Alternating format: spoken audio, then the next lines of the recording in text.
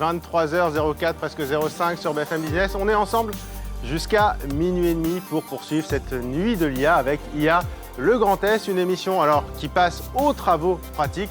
Toutes les IA seront au rendez-vous. Alors évidemment, on va parler de ChatGPT, de Midjourney. On va vous montrer aussi des IA musicales, des IA vocales, avec des tests qui ont été réalisés et qu'on va réaliser en temps réel. Il y a un pupitre, il y a un ordinateur. Il est fait pour ça, mais évidemment, on commence avec l'IA qui a marqué quelque part ce début d'année, même la fin 2022, ce début d'année 2023, la star des IA, qu'on va découvrir et qu'on va aussi essayer de redécouvrir avec ChatGPT. La nuit de l'IA, le Grand Est, c'est parti.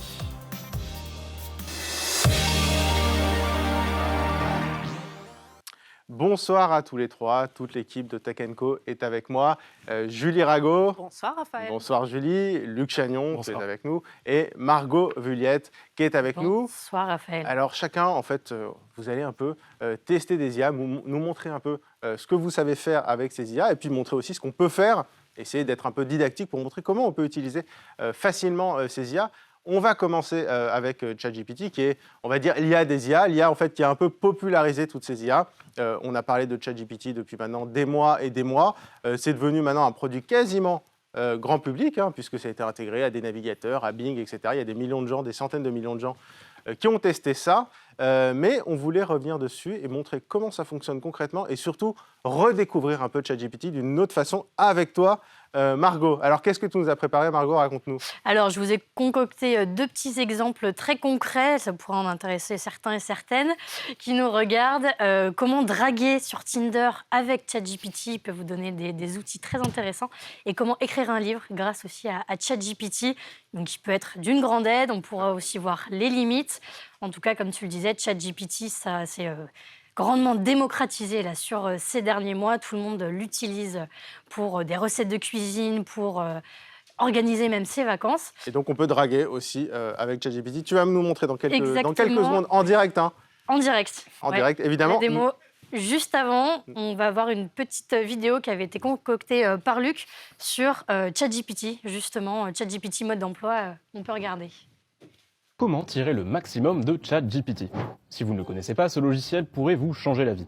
Il peut écrire à peu près tout ce que vous lui demandez, des réponses simples ou complexes, des résumés de texte ou même des lignes de code.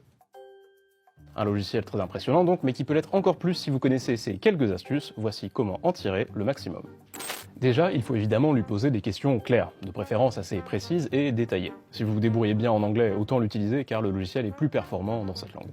S'il vous donne une réponse que vous ne comprenez pas, vous pouvez lui demander de la réexpliquer différemment, par exemple en 2 paragraphes, ou même comme s'il l'expliquait à un enfant de 5 ans. Si dans une de ses réponses, il vous parle d'une chose que vous ne savez pas faire, vous pouvez lui demander un tutoriel pour réaliser cette chose en question, par exemple une recette d'un plat ou comment utiliser une fonction d'un logiciel. La mémoire de ChatGPT est limitée, donc si la conversation dure longtemps, ça peut valoir le coup de lui rappeler ce que vous avez dit précédemment. Et enfin, numéro 5, toujours vérifier ce qu'il vous dit. Car ChatGPT ne va pas chercher ses réponses sur Google, il vous sort juste l'enchaînement de mots le plus probable par rapport aux milliards de phrases qu'il a déjà lues, et des fois la réponse la plus probable est aussi la plus stupide. Bon, des réponses stupides, on va essayer de ne pas en avoir, du coup, si on veut draguer un petit peu sur ChatGPT. C'est ça, il ne faudrait pas se faire griller. Avant de passer dans le vif du sujet, je vous ai préparé un petit quiz pour vous mettre en appétit. Tout le monde participe, évidemment. Alors, je vous ai préparé 4 exemples. Il faut me dire si cette phrase a été générée par ChatGPT. Est-ce que je lui ai demandé de me donner des exemples et il m'a donné cet exemple? Ou est-ce que c'est un message qu'on a pu recevoir vraiment dans la vraie vie sur une application de rencontre? Ah, donc ça va être des phrases de drague, des premiers messages, c'est quoi? Voilà, c'est exactement. On va voir si ChatGPT peut être lourd, en fait. C'est un peu la question Exactement. qu'on se pose, c'est ça. Je ne sais pas le dire, mais tu l'as très bien dit. Comme il est entré sur du texte humain, et oui, forcément, il peut répliquer un petit peu la lourdeur qu'on peut avoir sur certaines applications de Voilà, rencontre. exactement. La première, alors comme ça, on me laisse l'honneur de galérer avec le premier message. Non, ça, c'est un mec, ça. c'est là, Ça, c'est un mec, ça. C'est trop générique pour que ce soit un humain qui l'ait dit. Je pense que c'est une IA. Tu penses que c'est générique? Ouais, je pense que c'est ChatGPT, c'est nul, mais c'est même pas assez Alors, recherché. je pense que pour c'est être, ChatGPT qui s'est vraiment entraîné sur un mec relou, à mon avis. Ouais. Je Vous êtes tous unanimes? Ouais. Et non, c'est dans la vraie vie. Bon, bah, la personne était vraiment nulle parce que... Tu imagines que tu lui as laissé l'honneur de galérer. C'est ça. C'est ça. Le fameux coucou ça va avec le coucou de C. Et avec le ça S, va, S c'est ça. Est-ce qu'il y a le S à la place de ça va? J'ai mis le CCDA. Non mais attends, en fait, le truc, c'est que j'essaie d'imaginer le prompt, c'est-à-dire la requête que tu aurais pu mettre. Donc, il aurait fallu que tu fasses une requête du style invente-moi un message d'approche, mais mal écrit, etc. Donc, mais après, franchement, moi, j'y crois. Moi, je dirais ChatGPT. Moi, je dirais une vraie personne, Ouais, parce que humain, là, il n'y a même ouais. pas un peu d'imagination. Ouais, là, Humain. c'est un humain. Ah, c'est un humain. Bon, vas-y. C'est un humain. Sur On 2-0 compte les pour points l'humain. ou pas? Ouais. Ou il y a un On truc à peut, gagner? hein. Moi, je suis à 0, perso. Si t'as un point, là, tu peux... Ok, bon, En bah, c'est date bon. avec ChatGPT en personne. Non. La troisième, attention, elle est bien lourde. Excusez-moi, est-ce que tu as une carte parce que je me suis perdue dans tes yeux? Ah, celle-là, c'est ChatGPT. Ouais, Ça, c'est ouais. ChatGPT. Sûr à 100%. Ouais, ouais. En s'inspirant, ChatGPT. encore une fois, C'est à pour, mon avis. Oui, d'une personne Trop présent dans les lourde. fictions, les trucs comme C'est ça. ça, c'est forcément. Ouais. Quatrième, tout aussi lourde. Je dois te prévenir, je suis douée en devinettes. Si tu réponds correctement à celle-ci, je te paye un verre Humain. qui est à la fois beau, charmant et en train de te parler en ce moment. Oula, trop de mots là. Trop de mots, c'est ChatGPT. Est-ce que ChatGPT a un compte bancaire déjà? Non, moi, je dirais ChatGPT. C'est ChatGPT, en Ouais. effet. Là, il est allé chercher quand même très très Ouais, loin. non, sur c'est trop trois long pour une lignes, phrase d'accroche, ouais. c'est sûr. Et je Exactement. me demande où il va chercher du coup les bases. Peut-être que Luc, toi, Non, mais bah. Tu de peux toute nous manière, éclairer, Luc. Alors, pas forcément. Parti pour... Peut-être sur l'appli de rencontre aussi, mais sur ChatGPT, puisque tu as beaucoup bossé aussi sur ce sujet Non, mais de c'est vrai ChatGPT en que, particulier. oui, voilà, il est entraîné sur une masse de textes. Enfin, voilà, tu sais aussi bien que moi, mais des centaines de milliards de mots. Ça peut venir des tout réseaux Wikipédia sociaux, ça peut venir des forums, du anglophone, Reddit, des des trucs comme livres, ça. voilà, tout un tas de fictions aussi. Donc à partir du moment où il y a un dialogue, un dialogue de drague dans n'importe quel bouquin de fiction sur lequel il pourrait avoir été entraîné, ça a des chances d'entraîner ses probabilités et de déterminer que ok, ce mot est souvent suivi de celui-ci et dans le contexte, ça peut servir de phrase d'accroche. Donc il a pu identifier ça, mais effectivement, c'est pas pour autant que ça va fonctionner. Alors, autre chose très importante sur les applis de rencontre, c'est sa biographie de profil. C'est aussi important d'avoir une biographie assez originale. C'est la première chose qu'on voit, quoi. C'est la première chose qu'on voit. Donc, ChatGPT m'a soumis aussi quelques idées pour une biographie assez originale. Alors, on peut avoir une introduction, par exemple, humoristique. Amateur de bons mots, passionné de cuisine, explorateur du monde. Si vous cherchez quelqu'un pour partager des aventures culinaires, alors nous sommes déjà sur la même longueur On d'onde. peut les Donc là, thématiser en plus. je précise, ce qu'on voit à l'écran, c'est ton prompt, c'est-à-dire ce que tu as demandé. Exactement. Et donc, en Alors gros, là, pour faire simple, j'ai demandé à ChatGPT directement mettre en valeur vos intérêts, par exemple. Alors, ChatGPT, apparemment, est passionné de sculpture et d'argile. et tu lui as dit que tu étais passionné de sculpture. Pas du tout. Non, Oui, non, donc, là, en je lui ai fait, vraiment sorti une idée de biographie. oui, de mais il te profil, sort un truc qui est original. totalement mytho, du coup, parce que s'il te sort que tu aimes la sculpture en Voilà, argile, l'idée, derrière... c'est de s'en inspirer. Il le dit à personnaliser ses idées en fonction de votre Ah oui, personnalité d'accord, ok, et de il vos précise intérêts. en bas, d'accord. Là, c'est pour Tu- donner tu- quelques idées. J'aime Il beaucoup il mon approche, passeport et mon meilleur ami, et les aventures sont ma drogue quand même. Je trouve que c'est pas mal. Exactement, le passeport, trait d'humour aussi, équipé d'un sarcasme tranchant. Je n'ai pas peur de l'utiliser si vous aimez les jeux de mots décalés, les conversations hilarantes. Nous devrions certainement discuter. Donc L'humour, chacun donc, se le fait point fort son... de ChatGPT, Ouais. on sait. Hein. C'est pas mal. Bon, ça peut être un peu froid, je pense. Ça peut être Mais assez c'est pas mal. impersonnel. Ça peut inspirer en tout cas... C'est vrai que c'est aussi le problème d'un logiciel entraîné à moitié, à une proportion invraisemblable sur du Wikipédia et du texte académique, c'est que ça se retrouve derrière. Forcément, quoi, oui, le côté spontané, on a tendance à le perdre un petit peu. Ouais. Mais c'est quand même plutôt pas mal. En fait, c'est des textes un peu à trous. Après, tu remplaces Après, on par tes complète. habitudes à toi. Bon, maintenant, on va passer à On va passer à la pratique. Il y a un pupitre qui t'attend, Margot, que tu vas Allez, je inaugurer passe ce derrière soir.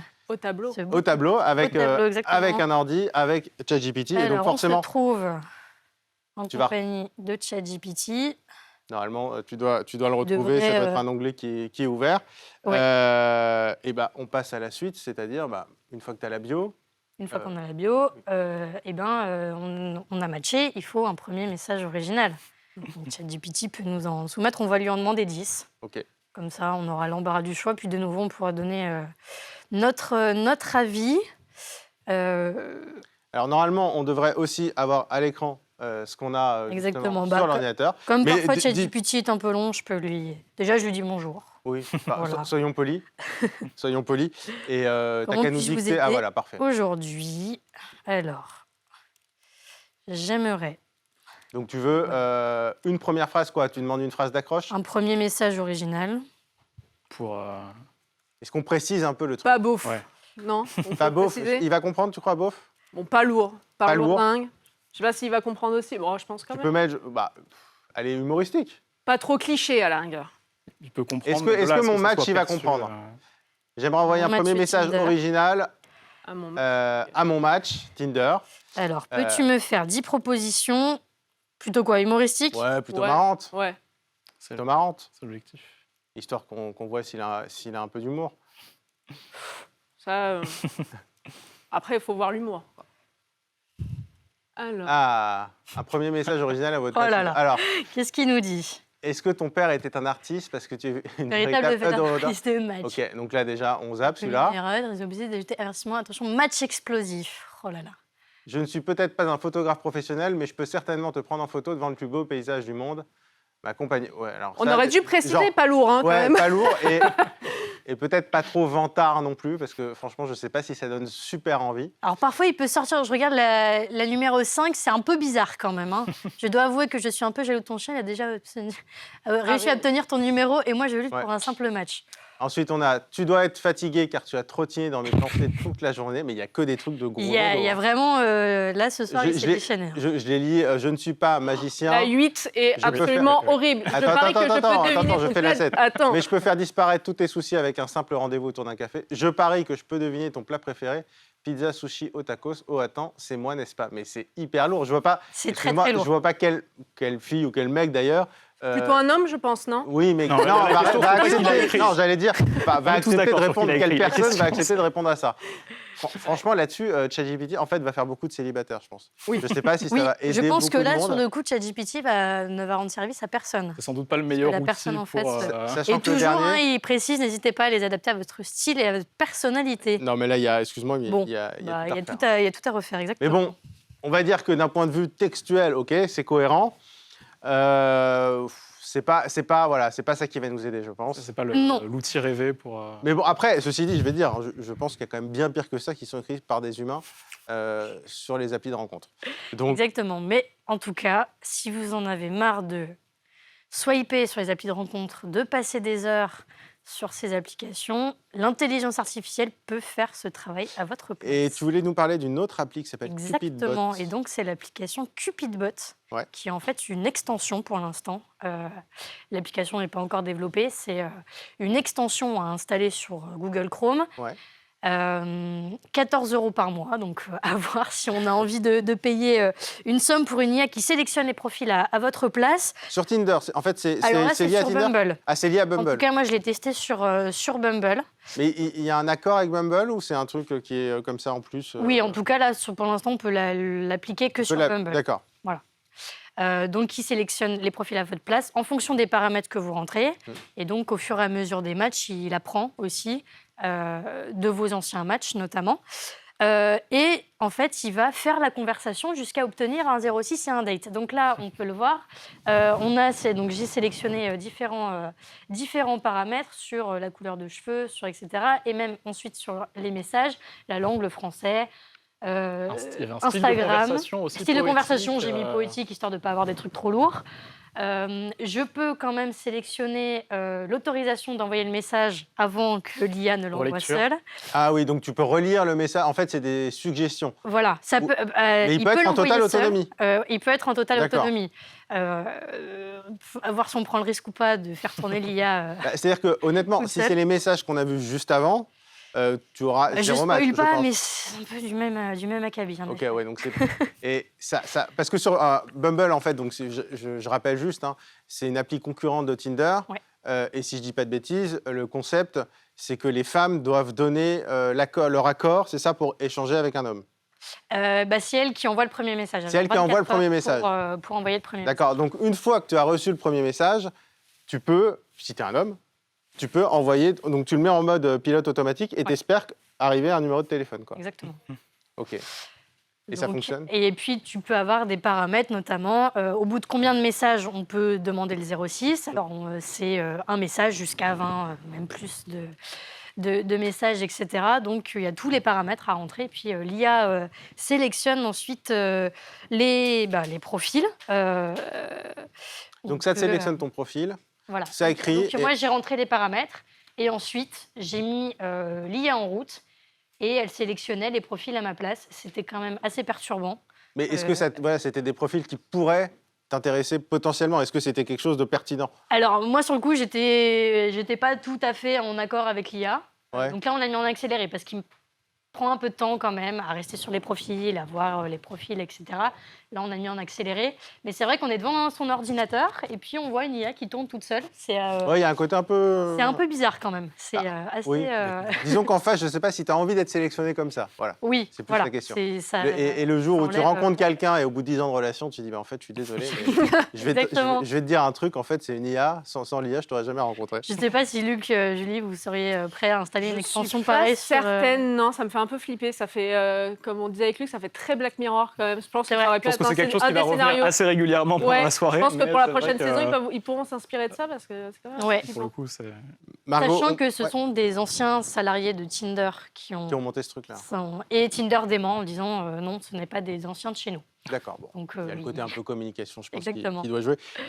On change totalement de sujet, enfin, quoique, mais c'est ChatGPT qui permet d'écrire aussi des bouquins. Oui, exactement. Alors, en tout cas, ChatGPT peut nous aider à écrire un bouquin. Parce qu'on a vu des livres entiers écrits sur On a ChatGPT qui vu étaient mis des sur livres Amazon. entiers, Hein. oui, qui ont été mis en vente sur Amazon Kindle, plus de 200. Certains se retrouvent même, je ne sais pas s'il y en a parmi les best-sellers ou quelque chose Oui, comme ça. exactement. Enfin, en Et tout cas, ça génère ChatGPT beaucoup qui est de mis ventes. en auteur ou co-auteur. Et donc, toi, du coup, tu as testé. Et donc, Le fait j'ai testé d'écrire un livre avec ChatGPT. Ou en tout cas, en fait, il faut quand même aller par étapes. On ne peut pas lui dire « écris-moi tout un bouquin de 500 pages d'un coup, comme ça. qui va faire 6 millions de ventes dans le monde ». Il faut y aller par étapes. Donc, je lui ai demandé déjà « j'aimerais écrire un livre avec toi, etc. » Donc, il m'a répondu « bien sûr, je suis ravie ». Donc, je lui ai donné un petit scénario où je lui ai dit, voilà, c'est un professeur de sport français qui s'appelle Guillaume de Bailly et qui va, je ne sais pas si vous avez un peu la référence, c'est une série française, Oui. en mission en Russie. C'est pour le bureau des légendes. Exactement. Donc, je voulais voir aussi s'il s'inspirait beaucoup de Ouais. ça ou pas. Donc, je lui ai demandé, il part en mission en Russie pour aller sauver une de ses amies qui est en otage là-bas. Donc, je lui ai demandé, je ne sais pas si ça peut s'afficher, mais je lui ai demandé d'écrire déjà les 15 premiers chapitres. Ouais. Donc, il m'a écrit les 15 premiers chapitres. Les chapitres entiers ou juste les titres Les titres des chapitres. Les titres des Pour chapitres. savoir déjà un peu vers quoi pouvait se diriger, Vers quoi ça en gros, pouvait l'histoire. tendre, etc. Le chapitre 15, qui s'appelait Dénouement, révélation, je lui ai dit quand même, C'est un peu oui, facile. pas trop, quoi. Ouais. Donc, je lui ai demandé des précisions, il a pris en compte ma requête, etc. Et puis, donc, il m'a écrit ensuite ma première partie du premier chapitre. Là, pareil, on cadre quand même les consignes, 250 mots. Donc, il m'a généré absolument tout le texte. Et ensuite, je lui ai demandé un autre petit exercice qui était assez intéressant. L'arrivée donc, de ce personnage en Russie à la manière de Marcel Proust. Et je dois dire qu'il s'est quand même bien débrouillé sur des phrases assez longues, sur 15 lignes. Oui, c'est ça. Tu as demandé d'imiter le style de Proust, Ouais. qui faisait des phrases extrêmement longues. Des phrases assez longues, très détaillées, dans un style très descriptif, etc. Et j'avoue que là, j'étais quand même assez bluffée. Parce que le premier jet, finalement, tout ce qui passait avant, donc qui n'était pas forcément dans un style particulier, qu'est-ce que tu Là, je pense que tu as la version Proust, non? Ouais, c'est ça. Voilà, Ah, exactement. vu les phrases. Voilà. Donc, en gros, c'est une phrase, sur un paragraphe. Le L'absence de premier point. extrait, c'était quand même dans l'action, etc. Ouais. Et je lui avais demandé d'écrire à la troisième personne du singulier. Et là, à la manière de Proust, voilà, c'est quand même... Donc, tu as Très il descriptif. plongea dans les artères grouillantes de la ville, observant les passants affairés, leur visage masqué. Donc, c'est très descriptif. Ouais. Très, Et j'ai voilà. trouvé que là, il était quand même assez fort. Il était fort pour reproduire le style ou dans l'absolu? Parce que Pour c'est vrai reproduire que, le style. En copie, Moi, évidemment, la seule c'est toujours question que je me d'appliquer- pose, c'est est-ce que l'IA a analysé les livres de Proust et pour reproduire le style, ou a plutôt analysé des articles qui parlent du style de Proust pour c'est ensuite... possible aussi. Ouais. Et je pense qu'à mon avis, c'est plutôt inspiré d'articles qui parlent du style de Proust, puisqu'il doit y en avoir des millions, des milliers sur Internet. Oui, parce que c'est vrai qu'en termes de place dans la base de données, même un auteur très connu, il occupe une part minuscule. C'est ça. Voilà, comme on l'a dit, la grande majorité, c'est Wikipédia, c'est des sites d'information anglophones. Et du coup, même quand on donne dans le prompt ou dans le style de Proust, c'est pas dit qu'il arrive il est intégrer l'idée que voilà, ce style-là, ça représente une part infime de sa base de données. Donc à voir effectivement quels documents ont pu l'inspirer. Mais s'il s'avère que ça reproduit bien, c'est bien qu'il a trouvé l'information quelque part. Bon, bah, merci Margot pour cette introduction à ChatGPT, parce qu'on commence à bien connaître, mais quand même, nous Je avoir pense montré qu'il y a que- encore de... il y a encore du Belle, boulot, belle mais je chose, trouve ouais. que on commence à avoir des choses vraiment intéressantes. Bon, sur Tinder, on est peut-être un peu moins Je convaincus, suis pas, Ah, on pas est convaincue d'accord Non, il y a encore quand des efforts à faire. mais sur le style de Proust, pourquoi pas. Faudra essayer d'autres À voir d'autres s'il auteurs. développe des IA spécialisées C'est ça. dans l'usage des... Voilà, en analysant plein de conversations issues de ces applications-là, mais pour l'instant... ouais. Bon, cette fois, on passe à l'image, hein, on passe à une autre grande IA dont on a beaucoup parlé ces derniers mois, notamment sur le sujet des fake news, hein, avec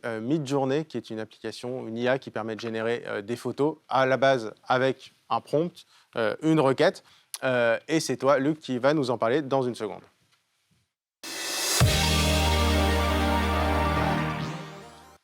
Bon, Luc, on va quand même rappeler par principe ce Oui, qu'est Midjourney et comment la fonctionne représenter, mais Midjourney. finalement, oui, c'était voilà. Je pense qu'avec ChatGPT, c'est probablement celle dont le plus de monde a entendu parler.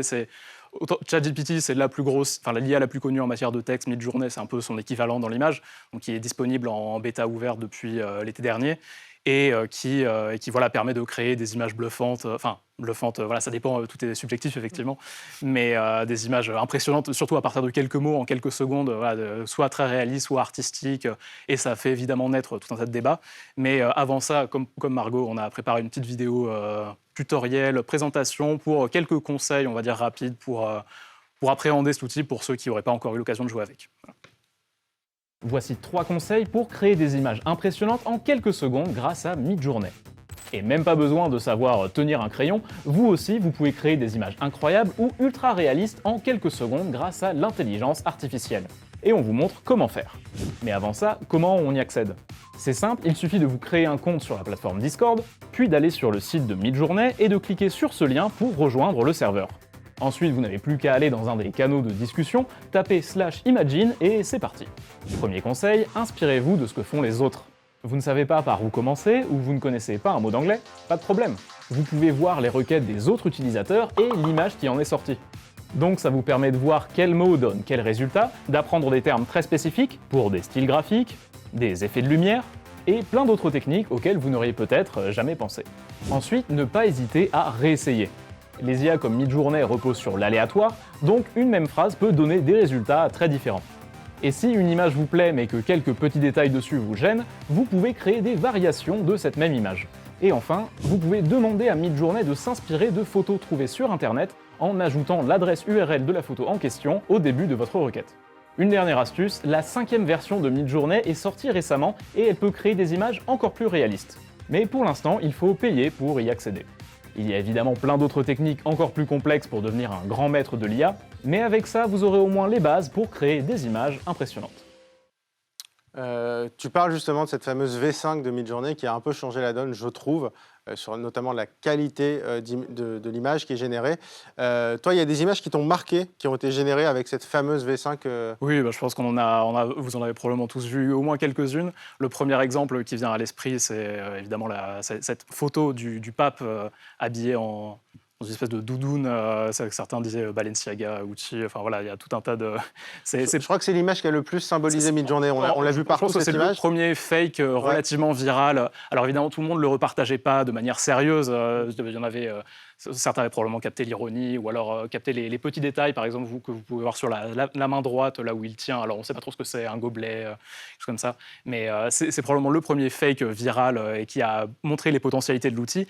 Il y a d'autres fakes qui ont été viraux, mais pour d'un peu moins bonnes raisons, notamment la fausse explosion au Pentagone. Ça a un peu moins fait parler, mais c'était notamment sur Twitter des comptes certifiés qui relayaient ces supposées images d'une explosion. Qui a évidemment rappelé le 11 septembre et qui a montré en fait à quel point ça pouvait être utilisé pour vraiment propager des fausses infos à vitesse Beaucoup ont grand V. pointé là aussi quelques détails. Par exemple, si vous regardez les fenêtres au niveau de la Maison Blanche, ça a à peu près aucun sens, le nombre de piliers, etc. Mais pour peu qu'on scrolle rapidement sur les réseaux, on peut tomber facilement dans le panneau. Bon, Luc, évidemment, dans quelques secondes, tu passes au pupitre. Tu vas nous montrer comment on peut, entre guillemets, s'amuser avec Midjourney, mais on revient dans quelques minutes.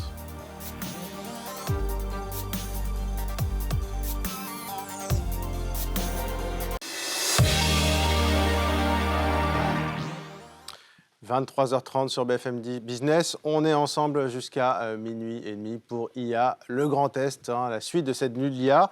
Et cette fois, on passe aux travaux pratiques. On a parlé de ChatGPT il y a quelques secondes et on est passé à mi-journée avec Luc Chagnon. Luc, on a parlé de quelques images qui nous ont marqué avec cette IA générative d'images, mais tu vas passer au tableau, j'ai envie de dire, au pupitre pour nous montrer en fait comment tu as pu appréhender Midjourney et comment tu arrives à générer concrètement des images photoréalistes avec Midjourney. C'est ça, on a eu des conseils, quelques conseils abstraits au début, on a vu quelques exemples concrets pendant les différents fakes qui ont pu circuler jusqu'ici. Donc là, ce que je vous propose, c'est de mettre les mains dans le cambouis pour voir comment ça marche concrètement, parce que finalement, c'est absolument pas compliqué, en tout cas pour la partie la plus basique, disons.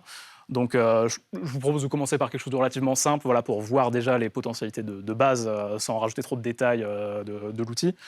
Donc, on a vu que le pape marchait pas trop mal. Oui, on va rester sur le pape. Voilà, je pense que ça peut... Du coup, comme on est en été, on va faire un truc peut-être plus light que la doudoune. Ouais. C'est ça, on peut partir sur... Porte de bain. On peut tester ça. Alors, donc, déjà, comme on l'a dit... Alors déjà, commencer. Pendant que tu écris, je précise, en fait, Midjourney, ça fonctionne sur une plateforme qui s'appelle Discord.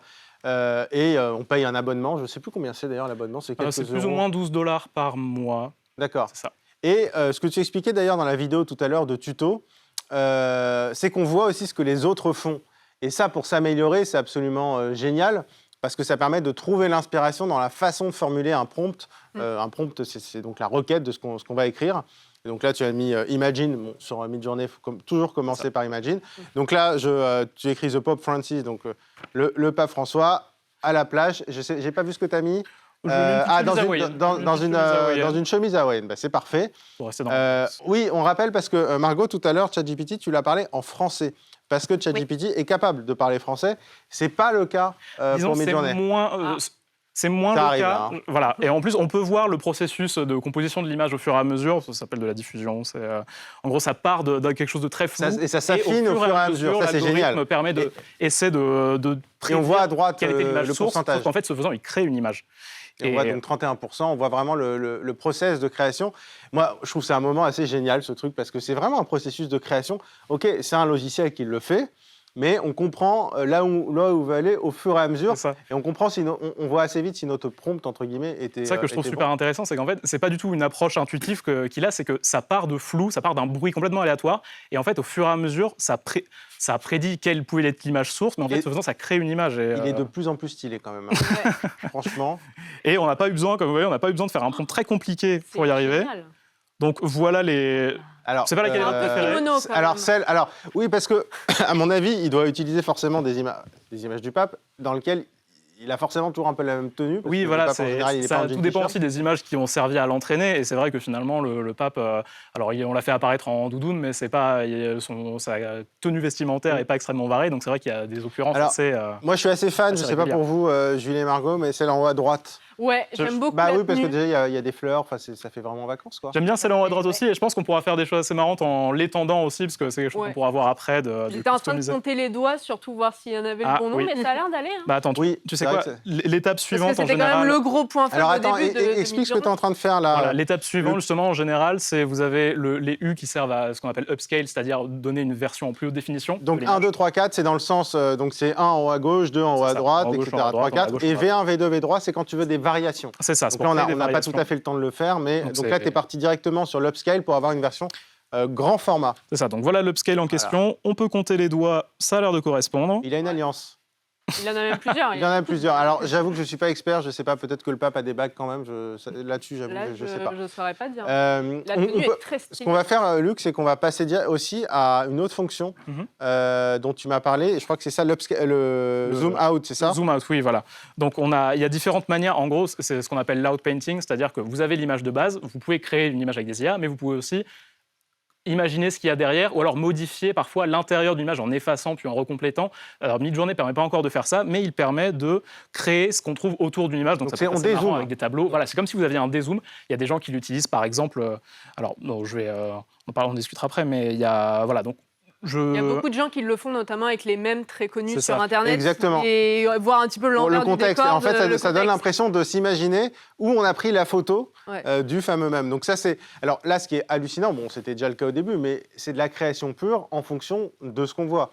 Alors, qu'est-ce que vous voudriez Je sais pas, des zooms là, le zoom out fois deux fois, c'est pas mal, non? Mais là, voilà, en gros, c'est le logiciel qui va déterminer lui-même. Là, on peut demander ce qu'il y a autour. On peut D'accord. nous-mêmes Eh ben, rajouter une requête, genre par exemple, on va rajouter un chien, je sais pas, quelque chose comme ça. Voilà, tu mets With un his chien dog. et mets un chien et une bagnole, tiens, voilà. Une Tesla. Une Tesla. Une girafe Alors, me demande Laure Foulquier qui est Je en régie.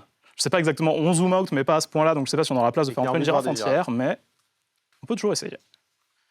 Alors, c'est vrai que c'est un truc qui est un peu agaçant avec Alors Midjourney. ça, oui, c'est assez Mais ça montre surtout qu'il y a Embêtant. énormément de Ah, requêtes. j'avais oublié de préciser, j'avais supprimé la valeur du zoom. Ah oui, donc du coup, il sait pas à combien il doit dézoomer. Voilà, donc je garde le zoom 2, l'aspect ratio 1 par 1 pour faire du carré. Donc tu rajoutes en fait avant le tiret.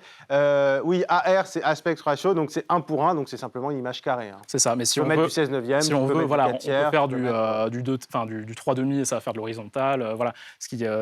On peut avoir l'impression que Midjourney est assez limité quand on se promène au scroll et qu'on voit les nombreuses requêtes que les gens font et qui sont pour beaucoup assez basiques. Voilà, c'est des idées qu'on a sur le moment. Mais c'est vrai que si on cherche un petit peu dans le scroll, il y a tout un tas de... Oula. Ah. C'est vrai que le début fait un peu peur. Oui, mais en fait, tu vois vraiment le cadre de la première image. Et on se demande, enfin moi je me demande si ça va être... Alors, voilà, je- mais ça se raccorde bien, hein, Je tu ne veux vois. pas être arrive. pessimiste, mais je crois que la girafe n'a pas survécu. Je crois que, ouais, désolé Laure, la girafe Ça n'a va pas faire survécu. des Par contre, on a le chien qui a l'air un peu bizarre À aussi. moins qu'on pour ait le un moment. mi-chien, Le mi-girafe, chien je a ne les sais oreilles pas. bleues, pour l'instant. Ah non, oh là. Donc c'est là qu'on voit aussi, alors on ne le voit pas encore, mais on va le voir, je pense que c'est pas encore parfait, évidemment, mais ça dépend aussi des requêtes qu'on fait, plus ou moins invraisemblables, on va dire. Bah, Il a un chien, rajouté c'est que- pas quand même invraisemblable. C'est vrai, je te l'accorde, on aurait pu faire pire. Celui en bas à Il y a une, gauche, ça a il y l'air a pas une trop personne mal. qui est arrivée aussi dans la photo Ouais. derrière. En jaune Sur la aussi, hein, tout le monde est quatrième. en jaune. C'est une plage publique, il a le droit. Il fait un peu C'est... Ils font tous un peu Attends, juste, est-ce que On tu peut peux parler remettre... de la deuxième Non, le chien en haut à gauche, s'il te plaît, qui a une... Vous savez quoi, on va en upscale plusieurs pour Upscale, être sûr celle de- en haut à gauche. de Non, non, rater mais celle- aucun... C'est parce perdu qu'il a mis- entre le pape, le chien, C'est ça. ou on ne sait pas trop. hein. Là, c'est Midjourney, un peu un mouton qui... Enfin, Alors, c'est... le chapeau du chien est quand même assez mythique, puisque c'est le même que le pape. je crois que le pape a pris un peu trop d'importance dans le prompt de base. Oui, parce que, je sais pas si tu regardes, mais il est en soutane, le chien, Et non? il tire la langue, c'est quand même bien. C'est vraiment la pire. C'est un mouton pape, ouais, c'est très très bizarre. Mais Ouais. écoute... Ah, Celui-là fait mais pas en la fait, bonne. on dirait le pape énervé en chien. En chien, ouais. Et avec un Oui, je pense déguisement... qu'il n'a mais- pas compris le prompt. Oui. Ouais, mais c'est un peu enfin, je trouve ça très C'est- très très flippant, Je pense que le chien en bas à gauche là. C'est vrai. Ouais, Et surtout le contraste avec le pape qui est très détendu à côté, alors qu'il va se faire bouffer. C'est quand même... Je sais pas si c'est la fonction zoom out qui est pas très précise ou alors si c'est que le fait que le mot Pape François prend trop de place dans le prompt de base et que du coup ça le généralise. Mais dans tous les cas, voilà, on voit que c'est pas parfait et que ça a encore des défauts. Mais bon, j'ai envie de dire encore heureux si jamais on pouvait créer des fakes aussi.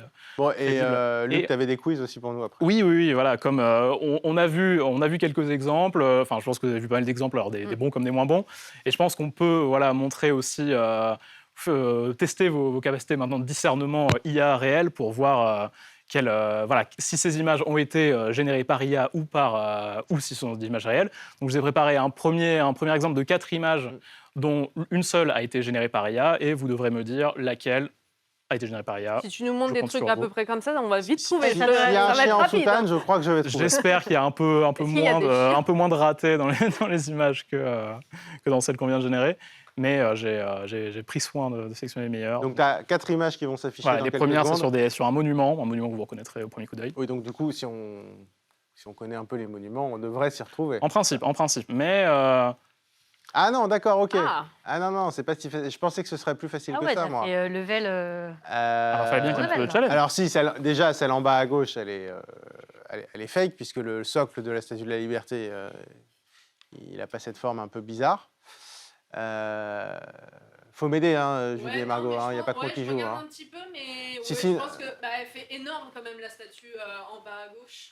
Non mais celle en haut à T'es allé à droite, New York c'est très bizarre, on dirait qu'elle est dans des marécages, c'est un peu... Il y en a qu'une qui est faite par Oui, il y en a qu'une seule. Il y en a qu'une seule. D'accord. Alors, je précise que pour les besoins des dimensions, j'ai crop certaines Ah oui, photos d'accord, ok. pour que ça aide. Je pense que c'est celle en Bon, bah, tu joues sur les périodes, à mon avis, parce que oui, moi, je crois que c'était l'inverse. Je crois qu'il y avait 3 IA, donc il y a une seule IA. Bah non, l'IA, elle est en que elle est en même bas à au gauche, niveau alors. des On transmettra couleurs, au photographe. elle est quand même très, et on- On est d'accord, en bas à gauche. C'est celle-ci, oui. Effectivement, bon voilà. Là, pour le coup, vous en sortez pas mal. Mais effectivement, voilà. Qu'est-ce qui vous a mis la puce à l'oreille, gros? Non, bah, le socle en bas, déjà, qu'il a une forme assez bizarre. Puis même, je trouve l'angle de la photo, c'est un peu bizarre. On dirait que c'est un très grand angle, mais derrière, c'est... je sais pas. C'est souvent ce qui donne, disons, vend la mèche, on va dire, par rapport aux images générées par IA. C'est la mise au point qui est un peu toujours la même partout. C'est l'effet lisse un petit peu. Alors là, on voit Puis même au probablement un niveau peu de moins bien. l'exposition, je trouve que Voilà. tu vois, le soleil arrive quand même, il y a une espèce d'ombre en bas, mais on ne sait pas bien pourquoi. C'est ça, oui. Bon, voilà. Là, pour le coup, c'était relativement évident. Je vous en ai préparé un autre qui, Vas-y. j'espère, sera un petit peu plus compliqué. C'est à partir de nourriture. Donc, bon, vu l'heure qu'il est, j'espère que ça vous fera pas trop mal. Mais je suis un peu plus content de celui-ci. Attends, Donc, là, il là, n'y en a donc- qu'une seule générée par IA. Il n'y en a qu'une seule générée par IA. C'est ça, c'est ça. On dirait que des images libres de droit. Oui. Euh, Moi, je pense que c'est celle en haut à gauche. Celle en haut à gauche, elle est quand même pas mal.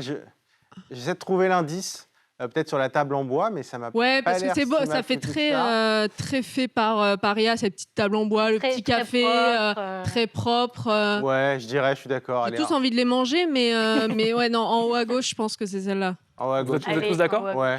Non. Non. C'est faux, malheureusement. C'était celle en haut à droite. Ah. Voilà. Donc, Une si on peut. Ouais, petite le voix- sucre avec fait une faux. petite voix très satisfaite. de vous Ah, avoir un petit piégé. peu. Le quand même, sucre un petit peu. fait faux. Je me suis C'est- dit, On dirait un peu de la Oui. neige, mais bon. C'est Oui, ça. ça Quand fait un on peu la voit en neige. version complète, effectivement, Ouais. on comprend un peu plus. Mais c'est vrai que je m'étais dit que pour les exemples comme ça, en fait, l'IA est. On a tendance à dire que Midjourney est assez fort pour répliquer tout ce qui est réel, mais en fait, bon, il est plus fort pour répliquer ce sur quoi il a été entraîné. Et c'est vrai qu'il y a beaucoup d'images qui sont issues d'images publicitaires, d'images qui ne sont pas des prises de vue censées être Oui, donc réelles. Voilà, c'est c'est vraiment pour compliqué, mettre en valeur c'est- l'objet, des éclairages, tout ça. Et c'est des choses que Midjourney réplique, je trouve, relativement bien. Effectivement, pour peu. Là, ça peut être une image de publicité. en C'est soi, ça, c'est ça. Ouais. Et donc, c'était aussi ce que je trouve intéressant, c'est qu'on va parler des questions de copyright, tout ça, parce qu'effectivement, ces outils sont, malgré tout le côté fun, relativement, peuvent être assez controversés, parce qu'ils utilisent des images ou des textes ou des musiques de gens qui n'ont pas forcément donné leur accord pour qu'on les utilise de cette manière. Mais il y a des usages, pour peu que l'IA soit entraînée de manière éthique, pour lesquels ça pourrait être relativement utile. Donc ça, c'était un exemple que je trouve intéressant, c'est la prise de vue, on va dire, l'illustration. Enfin voilà, là pour le coup, une image d'illustration, si on parle de nourriture, voilà, on génère une image comme ça, c'est quelque chose qui peut passer, vous l'avez vu Puis tout à après, fait. tu ouvres un rapidement. resto, tu n'as pas forcément le budget pour un photographe. Si tu mets la photo de tes produits à toi et que c'est répliqué d'une façon un peu mise en scène, à condition que ce soit un peu fidèle, il ne faut pas non plus mentir Effectivement, sur la c'est un marchandise, autre, mais ça peut être C'est intéressant. une autre partie du débat. Et pour conclure ce volet Midjourney, enfin ce volet d'ailleurs plus images, bon, on a parlé beaucoup de photos, mais finalement la grande tendance des prochains mois, ça risque quand même d'être la vidéo. Oui, parce que là, on a beaucoup parlé des images parce que, comme vous l'avez vu, c'est quand même relativement, enfin, c'est très correct, on va dire. C'est des choses qui sont tout à fait crédibles. Alors, à part les socles incohérents, les choses comme ça, voilà, il y a des indices. Mais il y a d'autres nouveautés qui sont en cours de développement. Alors là, ça reste très expérimental. Par exemple, le texte ou vidéo, comme Midjourney, mais quand vous rentrez votre texte, au lieu de générer une image, ça vous génère une vidéo complète. Alors, pour le moment, c'est assez flou, c'est pas toujours très de grande qualité. Et il y a d'autres usages, par exemple, ce qu'on appelle les nerfs, c'est donc rien à voir avec la marque de jouets. C'est en gros un système qui permet, vous filmez, vous tournez autour d'un objet et ça vous génère. Alors là, pour le coup, Ça, on l'a fait hier. ça rend pas forcément justice, pas toujours justice, parce qu'en fait, là, voilà, tu étais installé en plateau. Ce que j'ai fait, c'est que j'ai tourné autour de toi Ouais. pendant 20 secondes en filmant en 4K. Et ensuite, je l'ai intégré dans un logiciel qui s'appelle Luma Labs et qui permet de calculer, en gros, ça reconstitue tous les angles possibles, y compris ceux qu'on n'a pas pris en vidéo. C'est ça, parce que je précise que quand tu as pris cette séquence, en fait, tu as tourné autour de moi, C'est ça. mais évidemment, tu n'as pas levé ton téléphone, tu n'as pas pris une perche pour faire cet effet vol d'oiseau comme ça. C'est ça. En fait, tu as tourné autour de moi. Donc tout le reste, le mouvement de caméra, c'est le logiciel qui l'imagine. C'est ça.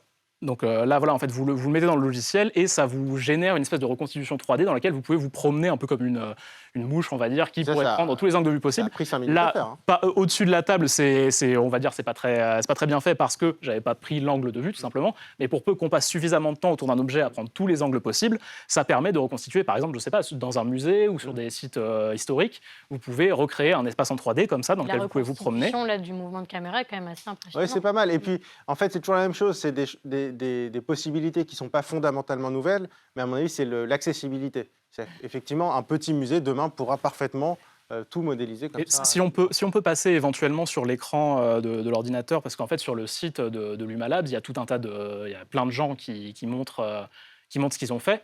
Et il y a des modèles encore plus impressionnants. Là, par exemple, c'est une personne qui a fait circuler un drone autour d'un pont aux États-Unis. Et pour peu que l'image soit de suffisamment grande qualité, vous avez ce genre de simulation. Et là, c'est aussi de l'IA. C'est de la reconstitution. Voilà, à partir d'un nombre limité d'images, ça permet de reconstituer tout l'environnement. On dirait du un vrai Flight pont Simulator. C'est un vrai pont? Oui. Ok. C'est pas du mid-journée, c'est pas du... Oui, non, bah, ça fait flipper, c'est quand vraiment même. de la modélisation 3D Avoir de ce qui le vertige. existe. Faut pas avoir le vertige, ouais. Non, faut pas avoir le vertige. Bon, bah écoute, merci beaucoup, Luc. Et puis, si on se refait prochainement une nuit de l'IA, je pense que tu reviendras avec des vidéos, parce qu'à mon avis, ça va tellement vite que la qualité de ce qu'on a vu en photo, à mon avis, le pape en chemise hawaïenne avec son chien bizarre, je pense que tu pourras nous le Il y a faire des nouvelles choses en toutes vidéo, les semaines, donc je pense que oui, on verra assez rapidement les progrès. Oui. Merci beaucoup, Luc. Et puis, on va passer à une IA, en fait, qui est déjà dans notre quotidien, parce que les IA, elles sont déjà intégrées à des applications, et des applications qui sont extrêmement populaires, notamment TikTok, notamment Snapchat.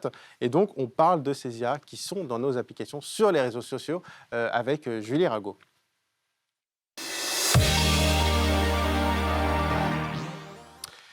Julie, on a aussi pas mal parlé d'ailleurs de ces IA, notamment les IA conversationnelles, parce qu'elles ont été intégrées aux réseaux sociaux. Ouais, Déjà. et avant juste de parler de tout ça, bon, les réseaux sociaux, et du coup, c'est ce qu'on disait, ils n'ont pas vraiment attendu pour se lancer dans l'intelligence artificielle. Donc, on va revenir sur plusieurs innovations qu'ils ont mis en place ces dernières semaines ou ces derniers mois. Donc, on va commencer avec les filtres. Hein. Vous en avez tous déjà utilisé, je pense, un dans votre vie, que ce soit un filtre humoristique, un filtre un petit peu sympa pour vous embellir, etc.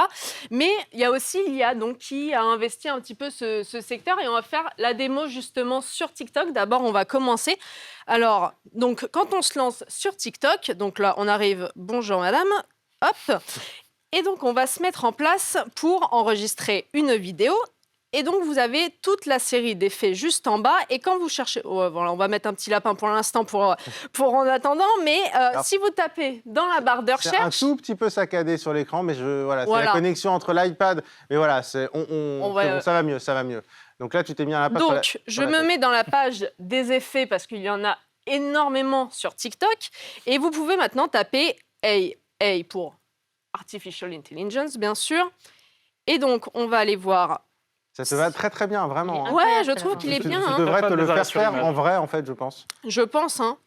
Bon, alors attendez, est-ce que ça va fonctionner? Mais attends, Julie, pendant que tu es sur Est-ce que je peux ton rester lapin, avec le lapin ou on peut non, l'enlever vas-y, tu peut-être? peux changer le lapin, il est très bien, mais tu peux aller sur autre chose. Mais ça, comment dire, est-ce que c'est vraiment de l'IA? Alors là, c'est le des choses qu'on lapin, a vu non, pas arriver du sur tout. Snapchat et tout il y a quelques années quand même. Oui, oui. Ah non, pour l'instant, mais les filtres à l'époque n'avaient pas l'intelligence artificielle.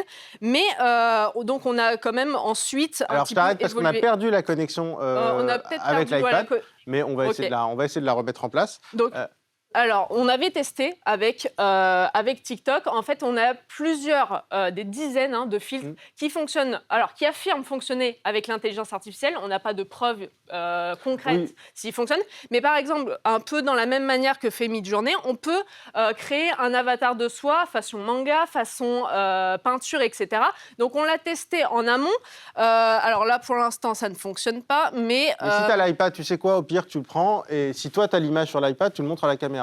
Alors, attendez. Ah, voilà, Hey Manga. Donc là, on l'a. Donc ça, voilà. c'est l'IA qui te transforme en manga. Oui, c'est un peu du mid-journée, Voilà. grosso Et C'est un peu du modo, mid-journée on soumet une version image TikTok. Et ça l'interprète en fonction d'un truc très spécifique. Là, par exemple, le style animé, manga. Mais oui, c'est vrai qu'il y avait tout un tas de logiciels comme ça Donc, pour créer des selfies. Pour l'instant, on va générer donc notre avatar.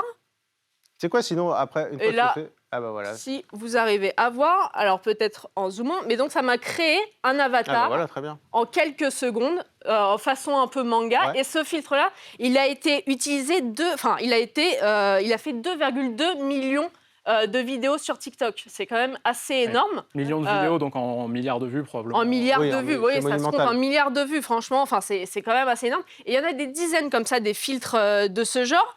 Et alors, par contre, il y a quand même un filtre qu'on a assez vu ces derniers temps sur l'application. Ça s'appelle le filtre Bold Glamour. Celui-là, vous avez peut-être forcément entendu déjà parler. C'est pareil, un filtre sur TikTok. Il y a eu 1,5 million de vidéos. Ça a fait quasiment 1 milliard de vues rien qu'avec ce filtre-là. Donc Alors, c'est là, le filtre, bon, on va dire, qui rend beau, qui rend belle en général. Alors, qui rend belle selon des critères qui sont parfaitement subjectifs, mais c'est vrai qui reprennent quand même un peu les codes de la chirurgie esthétique. Oui, avec, un petit peu quand même. voilà. Donc c'est un filtre d'embellissement. C'est assez pernicieux parce que ça modifie quand même assez naturellement le visage. On a du maquillage, etc. Mais donc il utilise l'IA pour être plus précis que les filtres classiques. On a fait la démo juste avant l'émission. Vous pouvez voir du coup ce que ça rend. Donc ça donne un effet lissé, la peau est lissée, etc. Donc on peut voir justement ce que ça donne. On regarde. On va regarder Petite ça. vidéo. Ça m'étonne qu'après, les gens n'osent plus montrer leur vraie tête quand ce genre de filtre existe. Mais sérieusement. Voilà, voilà ma vraie tête, les gars. Ah, c'est pas la même, là. Oh, putain. Mais moi, j'étais pas prête.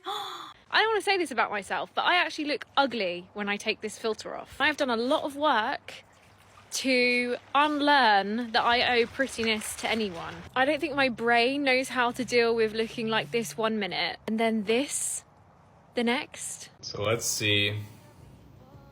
Definitely made my lips bigger, my eyebrows darker, and added some bronzer. Damn, do I need to film Il y a un truc qui me marque dans ces vidéos, c'est qu'on a l'impression, c'est à la fois très loin et à la fois pas si loin que ça. C'est On a l'impression exactement qu'on ça, le a problème. à 2-3 opérations chirurgicales de ressembler à ça à chaque fois, Ouais, ce qui est ouais. extrêmement troublant. C'est exactement ça le problème. Et donc là, maintenant, On a retrouvé la connexion avec l'iPad en principe. une connexion avec l'iPad. Donc on peut voir. Donc ça, c'est mon visage avec le filtre. Donc voilà ce que ça donne. Ça rend un effet très lisse. Et ce qui est fou, c'est tes lunettes. Oui. C'est-à-dire qu'il n'y a pas de problème avec les lunettes. C'est ça. C'est ça la partie IA, parce que des filtres pour lisser la peau, etc., il y en a. Mais la partie IA, moi, je trouve que ce qui est dingue, c'est la gestion de tes lunettes, la gestion de la peau. Exactement, parce qu'en fait, quand je passe ma main devant, regardez, je peux faire le test là en m'éloignant un petit peu. Je passe ma main devant. Bon, on a reperdu la connexion. Hop, attendez, je vais... Ça y est, maintenant, tu sais, tu t'es autonome. Oui, bon. Mais enfin, En passant même la main devant, en fait, on ne perd pas le filtre. Et c'est ça. Donc, parce que vous allez me dire un petit peu, qu'est-ce qu'il y a d'intelligence artificielle là-dedans ? Contrairement au filtre classique qui ajoute des images un peu 3D, avant, on avait les exemples du filtre chien, enfin, le filtre chien de Snapchat, je pense qu'on l'a tous utilisé, ou le filtre fleur, où ça faisait un petit effet 3D. Là, en fait, les nouveaux filtres, ils semblent se mélanger au visage. Donc, en fait, le filtre, il utilise un GAN, ça veut dire Generative Adversarial Network. Pour ceux qui ne sont pas bilingues, ça veut dire réseau antagoniste génératif. Et ça met en compétition en fait 2 réseaux concurrents. En l'occurrence, là, ça met en la prise de vue que moi je fais avec la caméra de mon smartphone et le style glamour qui est souhaité de l'autre côté. Et donc, c'est cette compétition entre les 2 points de vue qui permet d'affiner le travail et donc d'avoir ce rendu un petit peu naturel ou presque. Donc voilà, on a cette entre-deux qui est satisfaisant. Et en fait, ce qui est là le problème, c'est qu'avant, c'était utilisé pour des logiciels un peu spécialisés, etc. Mais maintenant, c'est à la portée de tous, on va dire. C'est bien ça le problème, en fait. C'est à la portée de tous. Justement, on avait notamment interviewé un psychiatre qui s'appelle Michael Stora. On va voir la vidéo dans quelques secondes. Parce que cette IA, elle peut avoir des conséquences assez délétères, notamment sur les jeunes utilisateurs. Parce qu'on parle d'ados qui se voient avec un coup de bistouri, en gros. Là, comme on l'a vu dans la vidéo, en fait, il y a des influenceurs. On a vu notamment l'influenceuse Jujufit Cats, qui est énormément suivie par des jeunes. Et même, donc TikTok, c'est quand même une application beaucoup utilisée par les adolescentes, des jeunes filles. Et donc, ils voient ces modèles-là avoir cet effet un petit peu glamour, etc. Et donc, forcément, ils veulent leur copier. On regarde ce qu'en disait le psychiatre Michael Stora. La dysmorphophobie est une pathologie qu'on rencontre en psychiatrie, qui est assez lourde, sauf qu'on observe une forme de dysmorphophobie sociétale, c'est-à-dire où tout un chacun, à force d'avoir affaire à ces filtres, à force de voir certaines influenceuses qui elles-mêmes l'utilisent, nous donnerait l'impression que quoi qu'il arrive, nous ne sommes pas beaux. L'apparence n'a plus simplement un enjeu esthétique, mais un enjeu quasi existentiel.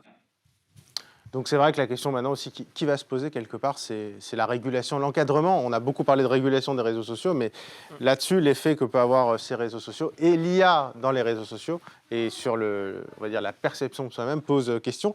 Alors, il y a une autre IA dont on a beaucoup parlé cette fois, une IA conversationnelle qui a été intégrée très récemment dans Snapchat. Ouais, ça s'appelle MyAA. Pour My Intelligence Artificielle. Et donc, vous pouvez la retrouver sur Snapchat. Ça a été lancé fin avril pour tous les utilisateurs. Et ce qui a choqué un peu au premier abord, c'est que ça s'est un peu incrusté sur l'application sans qu'on ne demande rien. Surtout que pour le désactiver, il faut payer. Oui, exactement. Voilà, faut payer. Donc, en fait, quand vous allez sur l'application, donc, si je lance normalement, voilà, on aura accès. Donc, si je lance l'application, je vais dans mes onglets de discussion. En fait, il est tout en haut et il est épinglé en haut des conversations. Vous ne pouvez pas l'enlever pour l'instant. Et donc, je clique dessus. Donc, voilà, on a cette interface. Attends, juste pourquoi il s'appelle Jean-Claude ? Alors, ça, c'est moi qui lui ai donné un peu. Ah, un d'accord, ok, voilà. non, parce que je me disais, elle est où l'IA ? Elle est où l'IA ? Justement, elle est juste ici. Et en fait, il y a un peu cet anthropomorphisme du chatbot où vous pouvez lui donner un prénom. Donc, moi, je l'ai appelé Jean-Claude parce que pourquoi pas. Vous pouvez également, alors vous connaissez peut-être les Bitmoji sur Snapchat. En fait, c'est donc les petits avatars de l'application. Et pareil, vous pouvez lui donner une apparence physique. Là où ChatGPT, en fait, c'est un peu impersonnel et vous avez juste un texte. Là, avec l'application de Snapchat, vous avez quand même une personne qui vous parle. En plus, Jean-Claude. Ouais, il est souriant. Mais ouais, j'ai fait quelqu'un de bien quand même. Je suis assez contente. On verra aux réponses. Oui, c'est ça. On va voir les réponses, sachant que ça s'appuie sur ChatGPT. Hein. Exactement. Alors au début, ça a été un lancement assez compliqué parce que il y avait beaucoup de controverses avec ce chatbot et notamment le fait qu'il encourageait des jeunes filles il trouvait pas de problème à ce que des jeunes filles aient des relations amoureuses avec des adultes. Oui. Donc, ce qui est totalement illégal.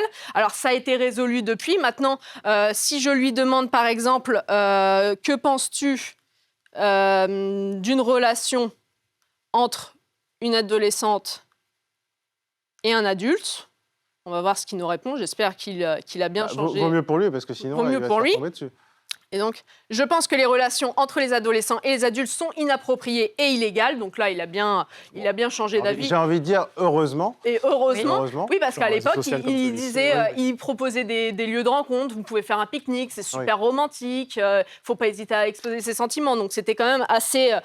Il y avait l'histoire d'un voyage aussi où il disait, il n'y a pas de problème. Est-ce que tu partes en voyage avec Et le dernier petit point sur cette application. Alors quand j'ai fait le test en amont, la première question, il y avait une question qui était pré-remplie. C'était comment me faire de nouveaux amis à l'école. C'était pré-rempli, je n'ai rien touché. Et en question, moi, que je pouvais lui poser, c'était directement noté. Donc, ça montre bien que cet outil, le cœur de cible de cet outil, c'est les adolescents. Oui, et donc, c'est des très jeunes personnes. Et ça montre un peu le problème de tous ces chatbots, etc., à la disposition des jeunes personnes. Bon, ils donnent certes des bons conseils, mais c'est quand même assez bizarre de tout de suite mettre les bases et demander... c'est quand même un test à l'échelle, sur des millions et des millions d'utilisateurs qui sont potentiellement très jeunes. Et c'est vrai que, en plus, sur l'histoire des relations entre une utilisatrice ou un utilisateur de 13 ans et un adulte, l'IA le savait. C'est-à-dire que la personne qui avait testé, notamment, avait paramétré dans l'application le fait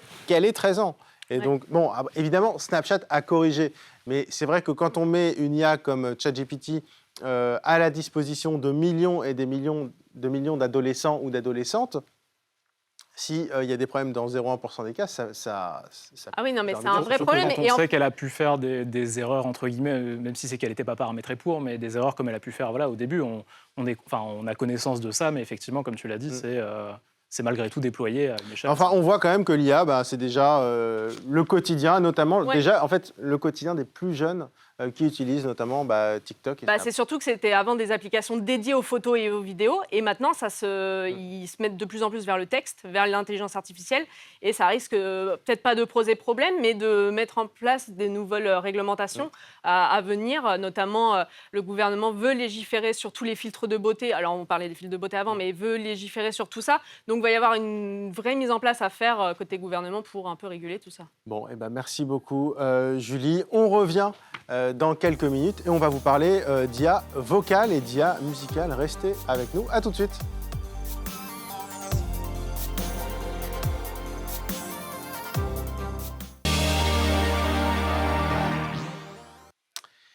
un peu plus de minuit sur BFM Business. On poursuit cette nuit de l'IA dans IA le grand test, les tests d'IA de la rédaction de Tech & Co. On a parlé de ChatGPT, on a parlé de Midjourney.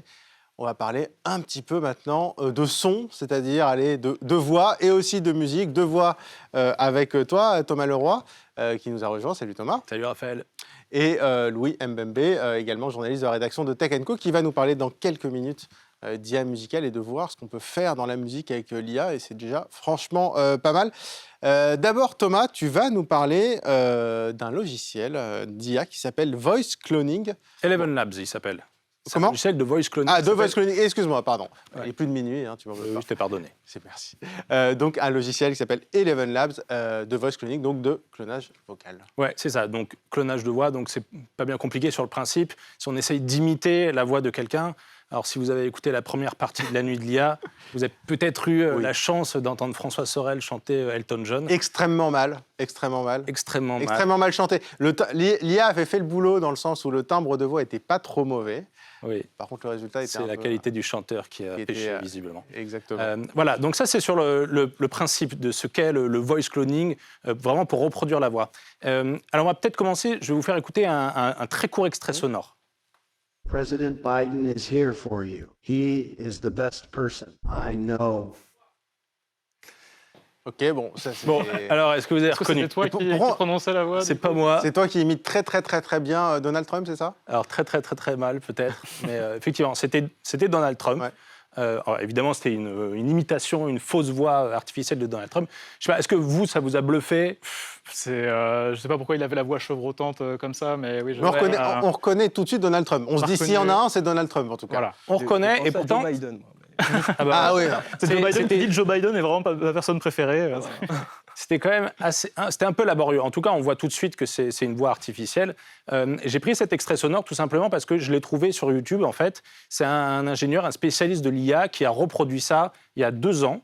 D'où la qualité, voilà, exactement. Mais à l'époque, c'était vraiment... Alors, il avait utilisé des modèles un peu complexes, il fallait un peu savoir coder, et tout le monde était assez dithyrambique, en fait, dans les commentaires, en disant que c'était quand même génial, c'était assez incroyable. Et voilà, moi, ce que je voudrais vous montrer, c'est le bond qu'on a fait en termes de qualité grâce à Eleven Labs, qui est un petit logiciel tout simple, un site d'ailleurs, pas un logiciel, un site tout simple à utiliser. Et donc, on va regarder une petite vidéo tuto pour vous montrer un peu comment ça fonctionne, Eleven Labs. Parmi les outils qui ont explosé ces derniers mois, il y a Eleven Labs. Eleven Labs, c'est un logiciel d'IA qui permet finalement de générer de la voix à partir d'un texte. Et ça, c'est très pratique pour faire par exemple des livres audio à peu de frais. Par exemple, voilà un extrait du livre de la jungle de Kipling, raconté par une voix totalement synthétique, créée par Eleven Labs. Bagheera, qui avait les yeux et les oreilles partout à la fois, eut vent de quelque chose. Et, une fois ou deux, expliqua nettement à Mowgli que Shere Khan le tuerait un beau jour. Mais l'autre possibilité, c'est le voice cloning, littéralement le clonage de voix. Ça consiste à reproduire une voix déjà existante. Alors très concrètement, comment ça marche ? Le logiciel va étudier en réalité les voix qu'on va lui transmettre et va tenter de les reproduire, donc avec plus ou moins de réussite. Plus le son est net et précis, et plus la voix va se rapprocher finalement de la voix originale. Par exemple, pour Emmanuel Macron, on a récupéré des discours où le son était très clair et on les a fait analyser par le logiciel pour essayer de reproduire sa voix. Voilà donc ce que ça donne le livre de la jungle, raconté par Emmanuel Macron. Bagheera, qui avait les yeux et les oreilles partout à la fois, eut vent de quelque chose et, une fois ou deux, expliqua nettement à Mowgli que Shere Khan le tuerait un beau jour. Et évidemment, ça marche aussi plutôt bien avec des voix très caractéristiques, très reconnaissable, par exemple avec l'ancien président Donald Trump. Hi, this is former President Donald Trump. Hey, you're watching BFM Business. Great TV show. Love it. Really. Alors évidemment, il y a beaucoup de risques d'abus, de deepfake, et c'est pour ça que vous n'avez pas le droit, et ça, Eleven Labs le précise bien, d'utiliser et de reproduire la voix de quelqu'un sans son consentement. Il était mieux là, Donald Trump. Hein. Il était mieux quand même. Le texte y est pour beaucoup aussi. Le texte y est pour beaucoup. Alors, on y croit. Ça se voit un peu brièvement quand on voit, mais j'ai beaucoup rajouté des points d'exclamation, des ellipses, et puis évidemment du vocabulaire qui lui appartient, qui permet aussi d'identifier plus facilement la voix. Mais c'est vrai que qualitativement, c'est quand même beaucoup plus proche de ce qui se fait. Donc, écoutez, on va essayer de faire un petit exemple je te laisse prendre le pupitre. Alors, le principe, c'est que j'ai utilisé une voix que je considérais comme un peu reconnaissable, c'est-à-dire j'ai pris la voix d'un comédien de doublage qui s'appelle Richard Darbois et qui est la voix française d'Harrison Ford, de Richard Gere et de plein d'acteurs. Donc c'est une voix très très grave. Donc on va peut-être écouter déjà ce que c'est sa voix originale. On l'a capté par une interview qu'on avait fait à BFM TV de lui. Puis on a découvert le film un peu quand même avant tout le monde. Voilà, par petits bouts, certes, on ne l'a pas vu en entier, je l'ai vu en entier une fois terminé. On a trouvé que c'était vraiment un film extraordinaire. C'est pas la voix de Secret Story aussi? C'est aussi la voix de Secret Ah, Story. tu vois, je vois qu'il y a des connaisseurs. Ah, oui, j'ai reconnu. C'est vrai. Voilà, alors là, on va se mettre donc sur Eleven Labs, donc, qui est finalement un site qui est très accessible. Alors avant, il était gratuit, évidemment, il y a eu plein d'abus, donc il est devenu payant, mais en réalité, vous ne mettez pas grand-chose comme argent, je crois que c'est $5 par mois. Je ne suis pas sûr que si tu veux y faire un deepfake, ce soit le fait de payer $5 qui t'arrête. Vraiment, c'était vraiment par principe qu'ils ont fait ça. Donc voilà, Eleven Labs... ça fonctionne comme ça. Moi, j'ai déjà évidemment préenregistré des voix. C'est-à-dire, le principe, c'est que je suis allé sur Eleven Labs et j'ai fait enregistrer des interviews que j'avais, par exemple, de Richard Darbois. Et c'est grâce à ça que, justement, j'ai pu utiliser ce logiciel. Alors, je vais essayer, donc, comme je suis grand fan du livre de la jungle, je vais faire le livre de la jungle avec... C'est pas mal d'ailleurs la version Macron aussi. Hein. La version Macron, ça fonctionne très bien le livre de la jungle avec presque tout le monde. Alors, le principe, c'est qu'on va générer une voix et que c'est un peu comme Midjourney. C'est-à-dire vous n'avez jamais le même résultat quand vous allez générer. Donc, c'est possible d'avoir quelque chose qui ne ressemble pas du tout. Et en fait, à force de générer, vous allez avoir quelque chose qui peut-être s'en rapproche un peu plus. Parfois, il faut y aller 10-15 fois. Donc, on va essayer tout simplement. On va générer à partir du texte que j'ai mis et évidemment du clone de Richard Darbois que j'avais déjà. Juste rappeler, tu as mis combien de temps de... Oui, vidéo originale. Ouais, c'est long à paramétrer une voix là-dessus, il faut beaucoup de matière ou... Honnêtement, là j'ai mis, on va en parler un peu plus tard sur exactement l'échantillonnage, mais là j'ai mis peut-être 2 minutes d'interview de Richard Darbois. Beaucoup, d'accord. Et on va générer, et on va voir ce que ça donne. Bagheera, qui avait les yeux et les oreilles partout à la fois, eut vent de quelque chose, et une fois ou deux, expliqua nettement à Mowgli que Shere Khan le tuerait un beau jour. Effectivement, ça fait très Richard Gere ou Harrison Ford. Moi, je trouve que ça fonctionne bien. Alors, évidemment, ça fonctionne bien parce qu'il a une voix assez caractéristique. Oui. Pour peu qu'on reproduise le timbre, oui, on a tous l'impression... Oui, je pense que pour l'IA, c'est un cas d'école. C'est peut-être le cas le plus facile quand on a des voix qui sont parfaitement reconnaissables. J'imagine que pour que le logiciel capte les caractéristiques... Enfin, c'est efficace. Hein. J'ai l'impression qu'il y a le président de Air Force One qui me raconte... Surtout, ce que je trouve intéressant par rapport à d'autres IA qu'on a pu voir, comme ChatGPT et tout, c'est que ça livre quand même vachement bien le français. Enfin, on a souvent l'intuition que ça va se concentrer sur l'anglais ou sur les langues, les langues les plus parlées. Ça, c'est une des rares options qu'on peut changer dans ce logiciel. Tu peux mettre des accents ou pas? Alors, à la base, en fait, le principe, c'est l'accent anglo-saxon. Et ensuite, il est capable de s'adapter si vous le mettez dans d'autres langues européennes. Vous voyez, il y a écrit l'allemand, le polonais, l'espagnol, l'italien, le français, le portugais et l'hindi même d'ailleurs. Mais évidemment, si vous mettez en anglais, ça ne va pas du tout donner le même résultat, en tout cas en termes de prononciation, pour le plaisir des oreilles. Bagheera, qui avait les yeux et les oreilles partout à la fois, eut vent de quelque chose et une fois ou deux, expliqua nettement à Mowgli que Shere Khan le tuerait un beau jour. Et ça fonctionnait quasiment jamais. Non, mais surtout qu'il avait... Ça donnait ça, évidemment. Voilà. Bon, sur le résultat quand même qu'on a entendu, il y a un petit côté un peu mécanique, un peu froid. En fait, il y a un petit côté livre audio. Et moi, ce que je voulais vous montrer, c'est vraiment ce qu'on peut faire vraiment en 2 minutes chrono. Je vais vous expliquer un peu pourquoi il y a ce côté froid. C'est parce qu'en fait, la base sonore que j'ai utilisée, c'est une interview. Et souvent, sur ce genre de vidéo, on va utiliser plutôt des discours. Parce qu'on a besoin en fait, d'un son très clair. On a besoin de ne pas avoir de parasites derrière qui vont venir gâcher un petit peu la voix. Donc en fait, ce qui fonctionne assez bien, ce sont les discours. Et par exemple, quand j'ai fait Macron, et je vais vous mettre un petit extrait, par exemple, de Macron. Alors par exemple, sur Macron, Emmanuel Macron, j'ai utilisé un extrait d'un discours de Jean-Luc Mélenchon, en fait.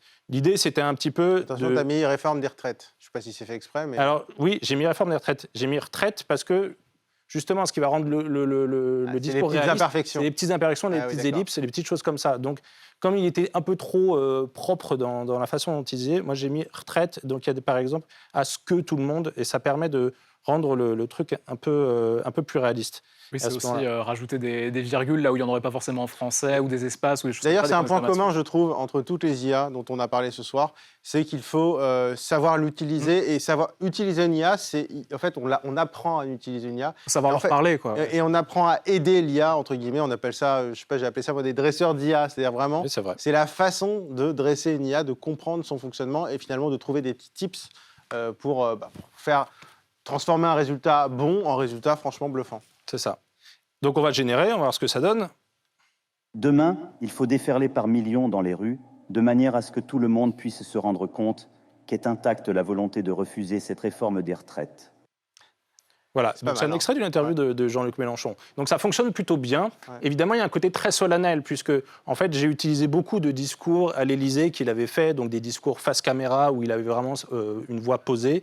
Et c'est un petit peu les limites d'ailleurs pour l'instant d'Eleven Labs, c'est qu'il manque un peu le côté naturel et les petites imperfections dans la voix qui vont rendre évidemment ce côté un peu plus naturel et un peu plus réaliste. Mais en fait, là, ce que je vous ai mis un extrait d'un discours de Jean-Luc Mélenchon, c'est aussi pour montrer que voilà, il y a plein de risques de deepfake, il y a plein de risques de tromper les gens pour peu que vous ne soyez pas forcément à l'aise, vous ne connaissez pas bien ce logiciel-là. Et puis c'est tellement facile d'utilisation. Voilà, et c'est très facile d'utilisation. Moi, très concrètement, pour Emmanuel Macron, le plus laborieux, ça a été de transformer les vidéos YouTube en MP3 et les faire c'est ça, c'est pas de générer la voix. Dans Eleven Labs. Et encore, moi, ce que je trouve encore plus dangereux, c'est que là, le résultat, tu as pris un son de qualité et tu rends un son de qualité. Tout est clean. Mais si tu veux vraiment faire un deepfake, tu vas essayer d'ajouter une sorte de bruit de fond pour un peu mélanger tout ça. Masquer les imperfections. On va créer, tu peux créer des imperfections comme si c'était un enregistrement un peu dérobé sous le manteau, etc., qui va rendre difficile, en fait, de détecter ça. Mais donc, ils n'ont pas d'autres protections que les $5. Non, ils n'ont pas d'autres protections. Alors là, ils viennent de sortir un nouvel outil à l'intérieur du site qui s'annonce beaucoup plus perfectionné. Alors ça date d'hier, donc je n'ai pas eu l'occasion de l'utiliser.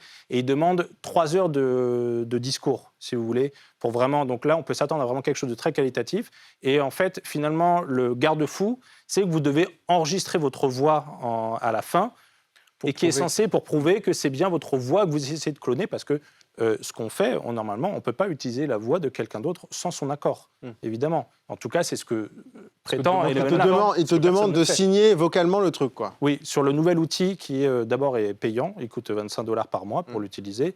Et effectivement, qui s'annonce beaucoup plus compliqué, en tout cas, un peu plus technique à utiliser, mais probablement beaucoup plus efficace à la fin pour avoir quelque chose d'un beau rendu. Ils ont aussi sorti, il me semble, une plateforme de détection. Alors, ils disent pour vérifier, si jamais vous trouvez un enregistrement, pour vérifier qu'il n'a pas été créé par la plateforme, par Eleven Labs. Mais je n'ai pas eu l'occasion de le tester. Oui, c'est-à-dire qu'ils savent, j'imagine qu'ils savent détecter leur création. Pour peu qu'ils aient, par exemple, rajouté une signature. Voilà, c'est ça, oui. C'est comme ce qu'on appelle les watermarks sur les images. Là, une espèce de signature en filigrane qui serait invisible à l'œil humain, mais détectable par des logiciels. C'est des techniques qu'on essaie de développer. Ou alors, il faut qu'il y ait une norme. Voilà, il faudrait une norme, mais pour peu que la norme soit accessible à tout le monde, peut-être qu'on trouverait facilement aussi un moyen de la détourner et de créer un outil pour casser justement cette signature. Et c'est un peu une course à l'armement, quoi. On va écouter un petit son de Jean-Étienne Ganassia, qui est professeur à la Sorbonne et qui est spécialiste de l'IA, qui était venu nous voir à Tech & Co. Alors effectivement, que ce soit les textes, les propos, puisqu'on est capable de faire une bande-son qui reproduit les accents d'une personnalité, qu'elle soit célèbre ou pas, et qui font illusion. De même les images ou les vidéos. On est capable de nous montrer quelqu'un. Moi, je me souviens qu'une vidéo du président de la République française, Emmanuel Macron, qui expliquait qu'il allait tout arrêter. Alors, bien sûr qu'il y a des indices qui permettent de détecter la falsification, l'invention. Mais, comme toujours, ces indices sont plus ou moins apparents, et bien sûr les technologies se perfectionnent et donc la détection des falsifications, des fabrications sera de plus en plus difficile dans le temps. C'est un peu comme le gendarme et les voleurs.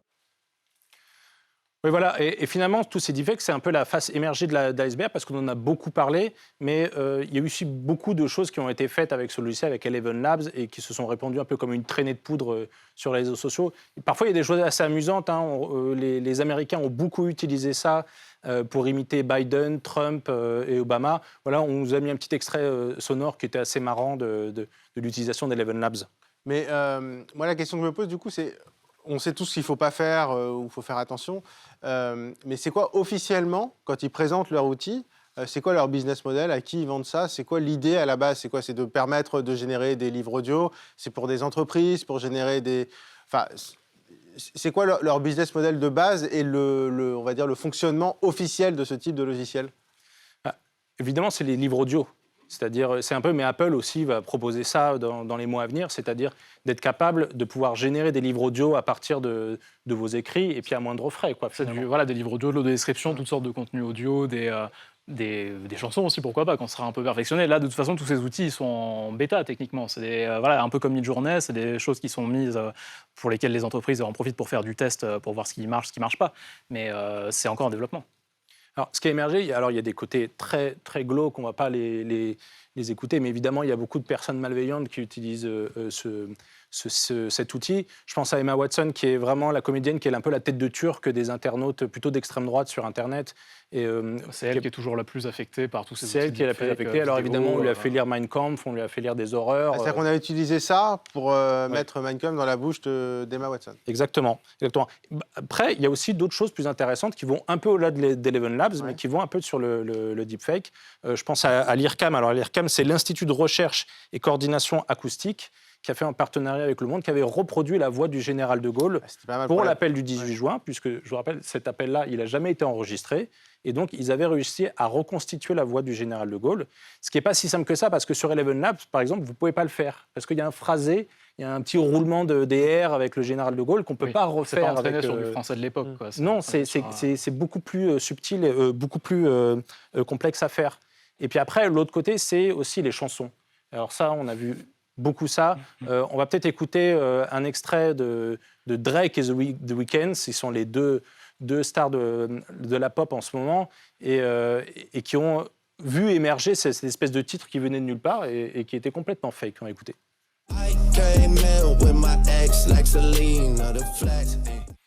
Voilà, ça c'est un petit extrait qu'on a mis et qui a vraiment explosé sur les réseaux sociaux. Ça a été quelque chose de complètement... Ça a fait plusieurs centaines de millions de vues. Enfin voilà, c'était un peu sur toutes les plateformes. Après, ça a été retiré de toutes les plateformes parce que les ayants droit de Drake et The Weeknd se sont dit c'est peut-être pas une très bonne idée. Pas hyper contents, mais pour le coup, là, moi je trouve que c'est impressionnant. D'ailleurs, le morceau, moi j'y connais pas forcément grand-chose, mais ça rend plutôt bien. Mais il avait marché, oui, aussi parce que les gens le trouvaient bien. Quoi. Ça marche bien. Et en fait, alors évidemment, il s'est fait retirer de toutes les plateformes. Mais en fait, en pratique, légalement, on ne peut pas mettre un copyright sur une voix. Et oui, comment tu mets un copyright sur un timbre de voix? Ce n'est pas possible. En fait, il y a eu aussi un précédent, c'est David Guetta, donc le DJ français, qui avait refait la voix d'Eminem pour lancer un de ses morceaux qu'il avait fait en live. Et ça fait aussi beaucoup parler. Mais finalement, on ne peut pas mettre un copyright sur l'intonation, sur le timbre de quelqu'un. Donc ça fait beaucoup travailler les artistes et beaucoup de réflexions là-dessus, sur comment on limite ça, parce que évidemment, si tu mets ça sur Spotify, par exemple, tu peux générer de l'argent avec les écoutes. Et d'ailleurs, on a vu des petits malins qui ont balancé énormément de musique. On va en parler dans une seconde, justement, de musique générée par IA. Mais c'est vrai que tu le disais, oui, mettre un copyright même sur un phrasé. Enfin, Eminem, il y a la voix, mais c'est surtout le phrasé, l'enchaînement des phrases qui est assez incroyable. Et là-dessus, effectivement, c'est assez difficile à protéger. Donc, on imagine que c'est aussi une source de création totalement folle. Mais en même temps, je pense que ça va être un sacré casse-tête en termes d'ayant droit et de droit d'auteur, à mon avis. Ouais. Et après, il y a un dernier débat que moi je trouve intéressant. C'est par exemple les chanteurs disparus. Est-ce qu'on reproduit leur voix? À un moment, Paul McCartney avait évoqué un dernier titre des Beatles en utilisant l'IA. Tout le monde a cru qu'on allait refaire la voix de John Lennon. Alors, ce n'était pas le cas parce qu'il y a eu une levée de bouclier là-dessus. Mais je trouve qu'il y a une vraie réflexion. Et moi, je trouve que ce n'est pas si intéressant de réfléchir à ça. Je ne sais pas si toi, Raphaël, qui est fan de Michel Polnareff, tu aimerais bien avoir un nouveau titre de Michel Polnareff qui n'est pas mort, mais peut-être avec sa voix de jeunesse. Est-ce que toi, ça t'intéresserait d'avoir ça? Sa voix actuelle est parfaite. Non, franchement, je ne sais pas. Si c'est une de ses compositions, pourquoi pas? En fait, c'est important, c'est aussi la musique. Mais pourquoi pas? Dans l'absolu, en fait, si on considère la voix comme un instrument, comme un simple instrument, pourquoi pas, ça pourrait être intéressant. En tout cas, il faudra le tester, il faudra voir ce que ça donne. On lui demandera. Non, mais dans l'absolu, si c'est agréable à écouter et qu'il n'y a pas de perdant en termes d'ayant droit, je ne vois pas pourquoi on ne le ferait pas. Merci en tout cas, Thomas. Et justement, c'est l'enchaînement absolument parfait pour toi, Louis, puisqu'on va parler de musique et d'IA. Après la voix, forcément, il faut de la musique. Et tu vas nous parler de logiciels d'IA qui s'appellent notamment Boomy ou Beethoven ou MusicGen. Et en fait, ils peuvent créer ces logiciels de la musique. On en parle tout de suite avec toi, Louis.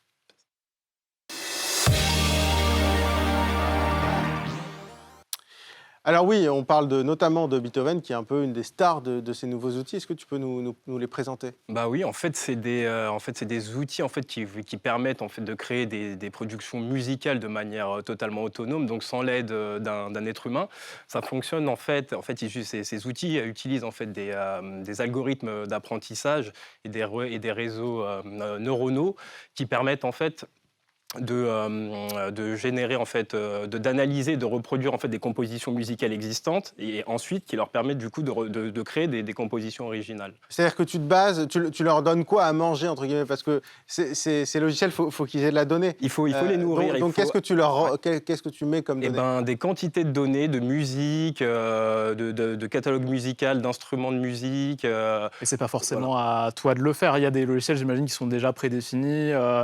T'es pas toujours obligé de leur apporter une quantité astronomique, comme par exemple Thomas a pu faire pour les discours. Il y a des choses sur lesquelles tu as juste à rentrer ta requête et puis c'est bon. Oui, totalement. Alors justement, pour ces outils-là, c'est déjà intégré directement. Ils ont déjà appris. Ils sont livrés avec une base déjà de données qui ont été apprises. Mais justement, on va voir à quoi ça ressemble tout de suite avec une petite vidéo pour vous montrer comment ça fonctionne.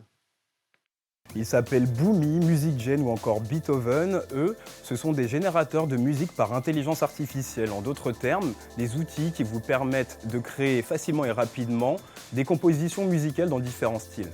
La promesse de ces outils, faire gagner du temps aux artistes et leur proposer des sonorités auxquelles ils n'auraient pas forcément pensé. Prenons l'exemple de Beethoven.ai. Alors pour commencer, vous allez créer une piste à laquelle vous allez donner un nom et définir la durée ainsi que le tempo. Vous choisissez le type de musique que vous souhaitez composer. La musique se génère et en fonction de la durée choisie, cela peut prendre plus ou moins de temps.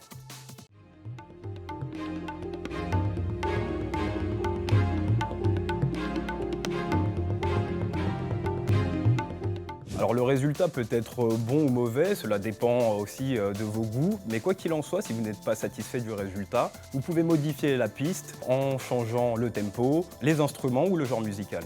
Et ces musiques générées par intelligence artificielle apparaissent déjà dans des podcasts, dans des jeux vidéo ou dans des vidéos YouTube, et même sur les plateformes de streaming où des artistes comme le français Benoît Carré s'en sont servis pour produire leurs compositions musicales. Bon, Louis, on a envie d'écouter. Franchement, moi, ce que j'ai entendu, je trouve ça pas mal. Ça peut servir d'ailleurs d'inspiration. C'est particulier, ouais. C'est l'idée. Ouais, mais je sais pas, moi j'aime bien. Je trouve que c'est plutôt pas mal. Ça dépend aussi de l'idée. Écoute, je te laisse aller faire une petite démo. L'ordinateur. Donc là, tu commences avec quel Je vais commencer avec MusicGen, qui est donc en fait un générateur de musique par intelligence artificielle développé par Meta. Ça, c'est Meta qui l'a fait celui-là. Hein. C'est ça, exactement. Okay. Et en fait, sa particularité, c'est que du coup, en fait, vous générez en fait une musique en tapant une requête. Donc, mid-journée finalement. Voilà, oui, c'est vraiment du mid-journée audio. Oui, totalement. On va taper, si vous avez une idée, je sais pas, on peut taper. Musique de fin de soirée. Musique. Tu peux écrire en français. Il parle français. Hein. Oui, il comprend. Musique de fin de soirée. Est-ce qu'on peut choisir des styles Tu peux choisir des styles, tu peux choisir un rythme lent, style, rapide. Style Elton John. On va rendre hommage à notre ami François Sorel quand même. Hein. Style Elton John. Lent, rapide moyen. Allez, rapide. Allez, rapide. Hop. Mais peut-être une virgule après Elton John pour qu'ils comprennent bien. Oui, que ce soit pas Elton John rapide. Et c'est pas une version définitive, c'est une version vraiment bêta. Oui, parce qu'en fait, là, on est sur le site Hugging Face, donc voilà, c'est une Oui, c'est plateforme, Hugging Face, c'est la plateforme qui regroupe tout un tas de modèles IA open source. Créée par des Français d'ailleurs, je précise. Voilà. Et donc là, comme ces méta se présentent comme très ouverts par rapport à l'open source, ils mettent pas mal de choses, soit eux, soit des gens qui reprennent leur modèle, etc. C'est vrai que c'est une particularité de Meta, c'est qu'ils mettent tout leur logiciel d'IA, tout leur développement d'IA en open source. En tout cas, pas forcément tous. Il y en a pour lesquels ils disent c'est peut-être trop dangereux. Enfin, voilà, il y a des risques. Par exemple, la génération de vidéos, ou alors c'est pas encore prêt, donc on les publie pas. Ils sont très prudents, Meta. D'ailleurs, les tu le fais en même temps. Je le fais en même temps. Ouais, du coup, c'est en train de générer. Ah oui, excuse-moi, j'avais pas vu. Ok. Ça prend donc plus ou moins de temps. Donc ça va prendre 1 minute et 3 secondes. Ça prend plus ou moins de temps. On est déjà quasiment à la moitié. La particularité de Hugging Face, c'est que voilà, c'est à disposition de tout le monde, donc tout le monde peut faire des requêtes, donc ça peut vite être surchargé. Donc c'est pas toujours sûr que ça marche. Là, en l'occurrence, il n'y a pas trop de demandes, donc on a de la chance. Oui, ça a l'air d'aller relativement si ça crache, vite. vous ne connaissez pas. Moi, ça marche pas souvent d'ailleurs chez moi. Ça dépend peut-être des heures auxquelles tu le fais. Bon, normalement, dans une dizaine de secondes, on devrait avoir notre morceau. Ça arrive. Voilà. C'est très simple. Allez, on va écouter. Donc, on va écouter ça tout de suite. Je crois qu'on a plus la partie fin de soirée que... On a vraiment la partie fin de soirée. Je crois qu'on a exclusivement la... on a le remix d'Elton John. Ah, mais après, honnêtement, c'est ça.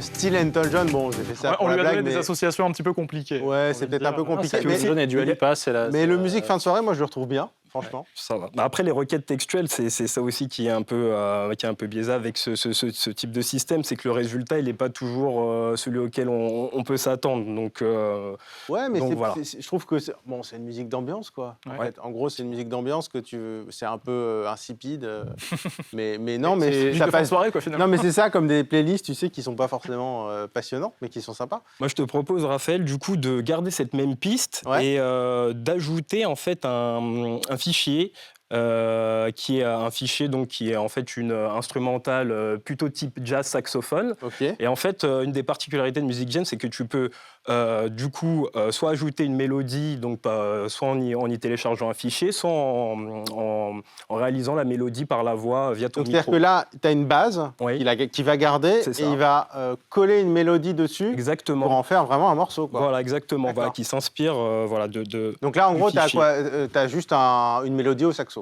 Exactement, voilà.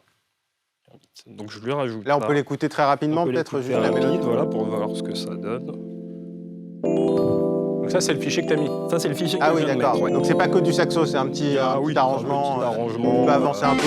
Voilà. D'accord. Un peu de saxo, voilà. Là, écoute, je suis désolé, mais on est parfaitement dans la fin de soirée, là. Donc je génère. Et normalement, si tout se passe bien, ça devrait s'affiner. Le résultat devrait être affiné, donc avec du coup des éléments de saxophone qui s'intègrent à la production. Tout ça dans le style d'Elton John. Normalement. En rapide, en plus.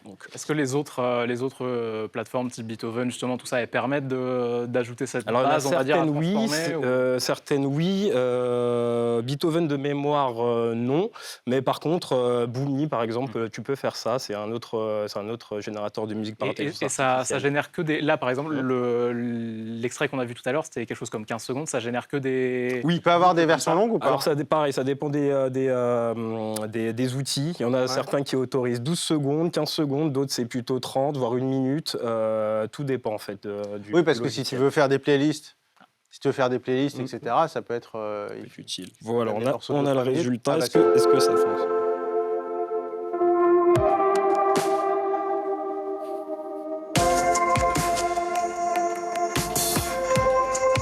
En tout cas, il a repris quelque chose. Il a repris, je pense, le début. C'est ça. C'est pas mal. Hein, le rendu, franchement, est pas mal du tout. Parce que c'est une musique qui n'existe pas, en fait. Non. Qui n'existe pas, qui a été créée là, à l'instant.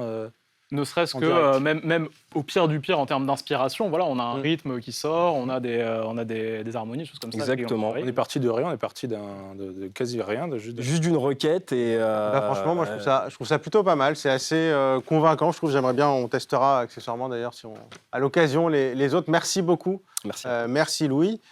Merci Thomas, merci Luc, merci à Julie, à Margot et aussi à Laure Foulquier qui nous a aidé à préparer toute cette émission et à Anne Ketel-Moussé aussi qui est en coulisses pour nous épauler. Merci beaucoup de nous avoir suivis dans cette nuit de l'IA avec ce grand test de l'IA. On espère qu'on a pu vous montrer concrètement à quoi pouvait servir l'IA et a priori, on en reparlera très rapidement. Merci de nous avoir suivis sur BFM Business. À très bientôt.